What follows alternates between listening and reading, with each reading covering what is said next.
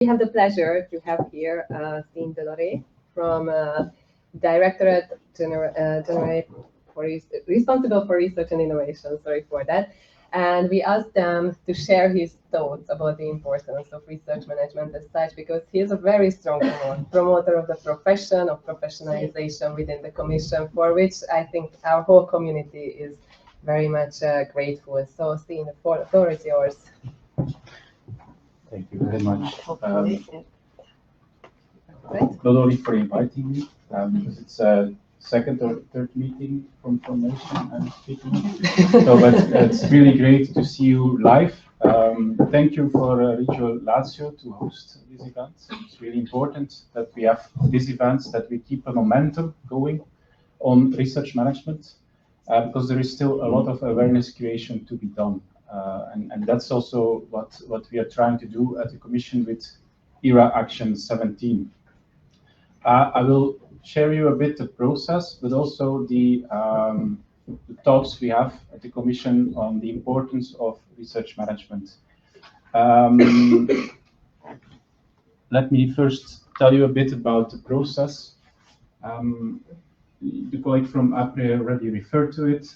We have the ERA, the new ERA. We have a new governance of the ERA at national level together with the European level.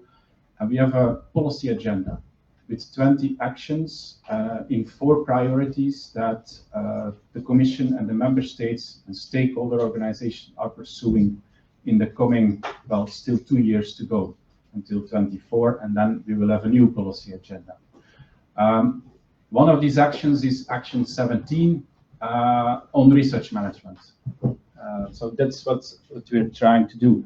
Now, in the past year, Member States and Commission and stakeholders have tried to get a shared understanding of what the activities beneath these actions should be, how the process should be developed, and the Member States committed to these actions. The Council last year, a year ago, has decided that at least 50% of the Member States have to commit to an action to get it going. Okay. Unfortunately, really unfortunately, Action 17 is still not reaching this 50%. We are at 13 Member States. And in fact, if APRE has some power, Italy is not yet amongst these countries. Spain is still not amongst these countries. Not so much power. Not so much power, but we should keep on trying, because it would make the work much, much easier if we reach these thresholds. Not only to convince, to have a bigger group of member states, but also to get, well, future support mechanisms in place. But anyway, it's not the end of the story. I'll explain what will be doing. But let me first go back to why we need this action. And in fact, thanks to the German presidency of the Council, it became a big topic, okay? Research management. Now, so the aim of the action is to contribute to improve the R&I system in Europe. We're talking about a process to support the system, okay, across the entire era, by strengthening the capacity for research management in Europe's public research performing and funding organizations. And the expected outcome that the Council said is that by end of 24, we should have an involvement of at least 100 organizations, public organizations that participate to new research management, staff training, research management initiatives, networking initiatives. So this is a very concrete outcome that we are aiming for. Now, when the Commission started preparing a proposal for this action, we got together with about 10 experts from the research management community from a variety of sectors, academia, business, research infrastructures, including on open science, including, and so on. So quite broad. And the idea, we discussed the needs and the challenges, the main needs, because there are a lot of needs. But one of the needs is, well, you see them listed here, that there is a need for sustained training for new research managers, for lifelong learning for research managers, because there are a lot of new skills needed. There are very specialized roles for research managers on the one hand, and on the other hand, in some organizations, that a single person has to do many roles. So this requires a strong training perspective. Secondly, in many countries, but by far not all in Europe, there are established networks for practice exchange and informal trainings. But in many other countries, these networks completely are absent. So that's another need. There is overall a feeling of lack of recognition of the profession. On what a research manager does, there is clarity, and the fact that not so many member states actually joined the action is a sign of that as well. I would like to present it actually as a victory as well, because in June, when the first deadline for commitment was there were only 7 countries. So by efforts from the entire community, including many actors here present, we managed to get to 13 by awareness creation about the profession, about the needs, why a research management role is very important for a successful RNI system. So we have to continue on that base, basically. The fourth main challenge that we saw back in January is the uneven distribution of the capacity. The German delegate said it as follows: we have excellence everywhere in Europe, but often there is a lack of support to the research, the science enterprise. So a lack of capacity for research management. Back then we also saw that we need to cover the many dimensions of research management. It is about policy, it is about program design, it's about policy and project advice, it's about grant management, it's about open science support for open science, many of these roles, knowledge valorization support. So that was the conclusion of this ad hoc expert group. So many dimensions. So back then we came with the conclusion that we have to pursue 4 objectives. You see it on the right: upskilling, networking, recognition, and capacity building. And this is what we call the research management initiative that we want to pursue. Now, we are not at a majority of countries that are committing to the action, but we are lucky that we have Hungary and Germany volunteering to be strong sponsors of the action. And I thank very much HETFA for this. It's really great that you are so active in this. So it's really needed as well, because we have to, again, create awareness and spread the practices. And I congratulate also the foRMAtion, by the way. I meant to say this in the beginning. The results that I've been seeing are great. And we now have to think together how to upscale this. The mentoring, the training. So somehow we need to make sure we spread these practices, and the work, to continue to work in RM roadmap will help in that, I'm sure. So we, together with Germany and Hungary and experts, we will fine-tune the activities that we have proposed earlier in the coming few months, well, half a year or so. We believe the 4 objectives are still valid because they respond to real needs. There might be other challenges that get more importance, and then we have to reconsider, okay? So the idea is, in terms of upskilling, that we develop some EU-wide training programs and curricula.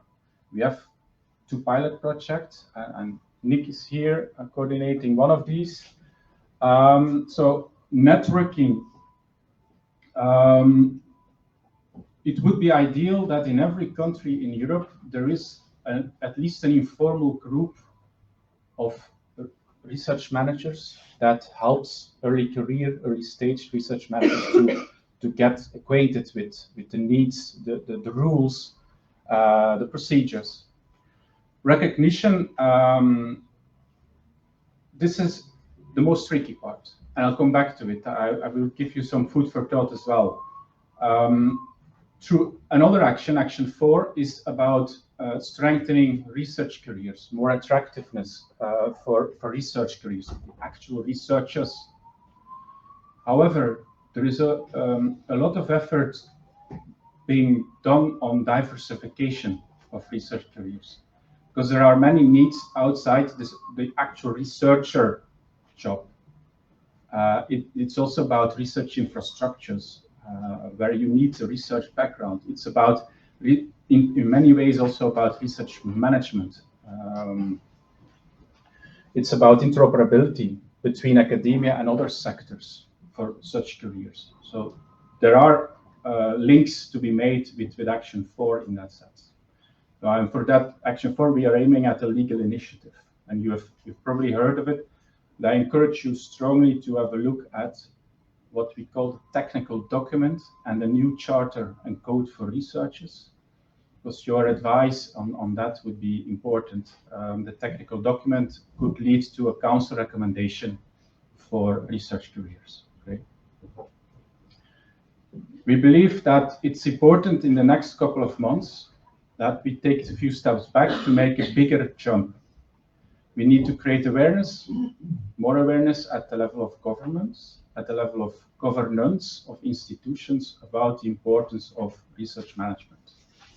And so that will be our first job. So to make sure that we come up with good recommendations for perhaps another set of activities, an additional set of activities by summer next year, to make sure that many more member states hop on the action. So that's also one of the decisions that were made in the governance of the era, is that once a year there will be a possibility for countries to hop on. So even if we do not reach the 14, that doesn't matter, we will continue and take a few steps back and make a bigger jump by summer. That's the goal, okay? So that would make it easier to set out activities in the future. For capacity building, there is a lot available. You have foRMAtion, for instance. We have the pilot projects. There is RI Train Plus, who is training research infrastructure operators. There is the EOSC, is training in open science skills, in data stewardship, and so on. And there are other activities at national level. So what is important also that we identify gaps, that we try to coordinate between all these activities, and especially increase accessibility to all of it, so that early career research managers can be trained very quickly and improve the capacity of the institution or a region or and so on. So that's strange. There we go. What we will be doing in the next months through the projects, obviously, will help us in that, but also in some experts that we have been recruiting. We will organize a few workshops early next year with member states experts as well as research management community experts to fine-tune this activities within the goals, maybe add goals, and here are proposed topics. Definition: what does research management mean? And you're all here, and you all have an idea about research management and what it should be, but our ideas are not aligned. That's something I learned in the past months. I'll come back to it. This is something I want to show you for discussion. We have a multidimensional approach. Maybe that's not the right way. Maybe we should focus more, okay? So, but this is not the commission who is going to decide this, it's you. It's the research management community who will need to give this focus to the member states and us. Analyzing needs. We have needs. Are they valid? They are. Are there any additional? Probably. So, and what are solutions already exist? And can we use these solutions to fill current gaps? What gaps still exist? How can we coordinate between initiatives? So, and the idea is by summer that we have a set of very clear recommendations, very clear solutions that we can present to the member states, the plenary of the ERA Forum and the IRAC. So about this definition, that's my final slide. I'm sorry if I take too much time, but I really want to drop this in. So if you want to go to more recognition, we have to be very sure about what we are talking. And we have to, this is about definition, and it's about awareness creation as well in that sense. But what about the definition? What is a research manager?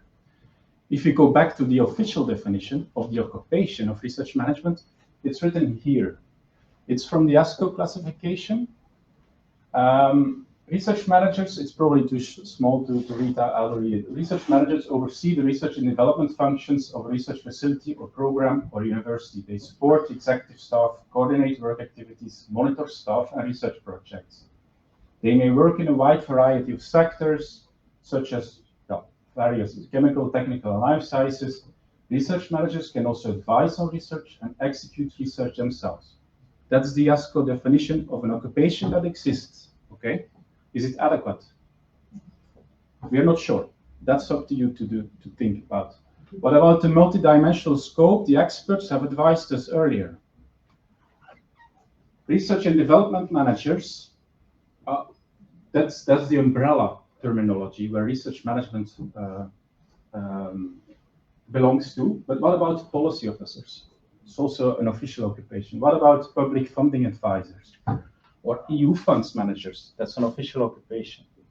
Program funding managers, grants management officers, grants administrators, data analysts, project managers. According to the discussions earlier this year, all of this belongs to research management. Is that correct? We don't have a definition of other professions that were included in the beginning, like knowledge brokers or tech transfer officers. Should they be included, or should we focus more on other categories? What about research infrastructure operators? From the Commission side, we believe it's important to include these, but we're not sure. So we should also make sure there is we think about the difference between occupation and roles, because you maybe have a specific occupation in your institution, but you do various of these roles.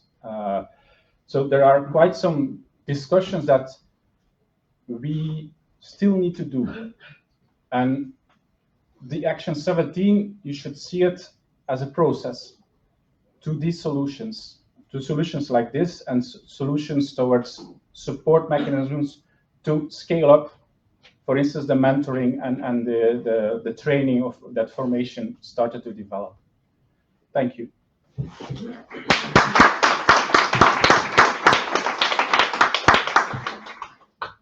much, Stijn. And I think this is a great message. So if there are countries who shall support this, we are working hard on it. Please don't sit down. We have some minutes for questions. So if there is any questions in the audience with regard to the presentation of Stijn or Action 17, just feel free to raise your hand now.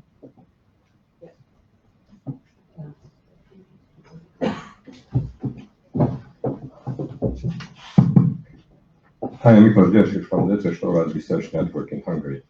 One question regarding the number 13 of member states who opt on and the developments which you foresee for the next year. Is there, I don't really catch, you can go on with the action, but you go on. So how does it look like? Because that's not clear for me. We go on with the coalition of the willing, and with Germany and Hungary as the leaders of the support, basically. So it's not that we immediately continue with the action. As I said, we take a few steps back, do more thorough analysis, revise perhaps if needed what we have been proposing, and come up with clearer recommendations and make sure there is more awareness creation towards many more member states. So that can hop on in summer or after summer. and that then the action still gets a go ahead informally. That is the plan. Informally. Any other questions? Yeah.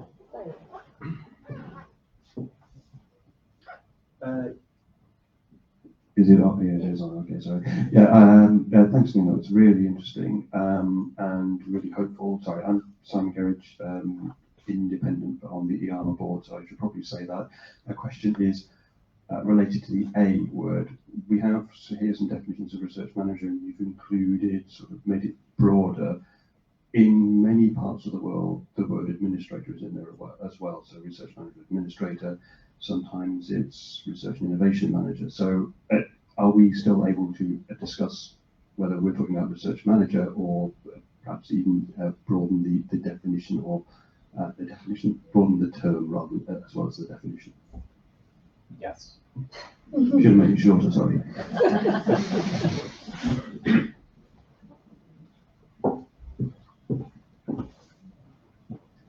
Thank you, Stijn. I'm Niklas, Managing Director of IARMA and also the coordinator of the RM Roadmap project, one of the pilot projects. A short question, is there still a window right now? Or if people hop on, is it next summer, for sure? It's the first year of the policy agenda and in the new era in its new form. So everything is being, in some cases, a bit blurry, but this week there is the Competitiveness Council, and this was the deadline, basically. It is so there is a process foreseen for hopping on, and that will be followed, basically. So if between now and the coming days a 14th country hops on or commits, then we are there. For the moment, it is not. We didn't reach the threshold the council themselves set. So, which does not mean that we cannot continue certain activities, but which makes it more difficult. Okay, so a few days is the window for now, and then, yeah, okay, thank you.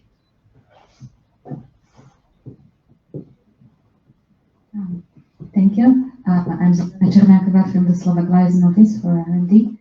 And just a clarification question. You mentioned two documents that you recommend us to consult. One of them was the technical document. Could you please repeat this, because I didn't catch exactly? Yes, this has to do with another action, but there are some links to be made. So it is the preparations towards the European framework for research careers, researcher careers. This includes working conditions, solutions towards precarity of researchers' positions, solutions to mobility obstacles, definition of a researcher, and also research management, research manager. So there are links, because the document is a preparation towards a legal initiative for research careers, to make research careers more attractive. The second document was a charter and code for researchers, which is not focusing on research managers, it's really focusing on researchers, but it might be interesting for inspiration in the discussions that we will need to have on research management.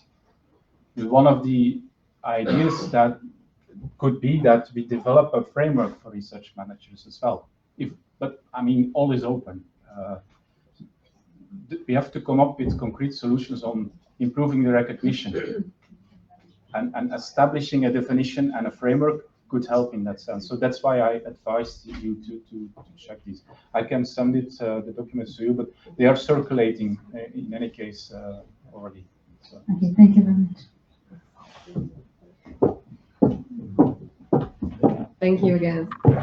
Thank you very much, Stijn. And sorry, we don't have more time, but hopefully Stijn will stay for the coffee break. And still, if you have any urgent questions, then you will be able to ask it.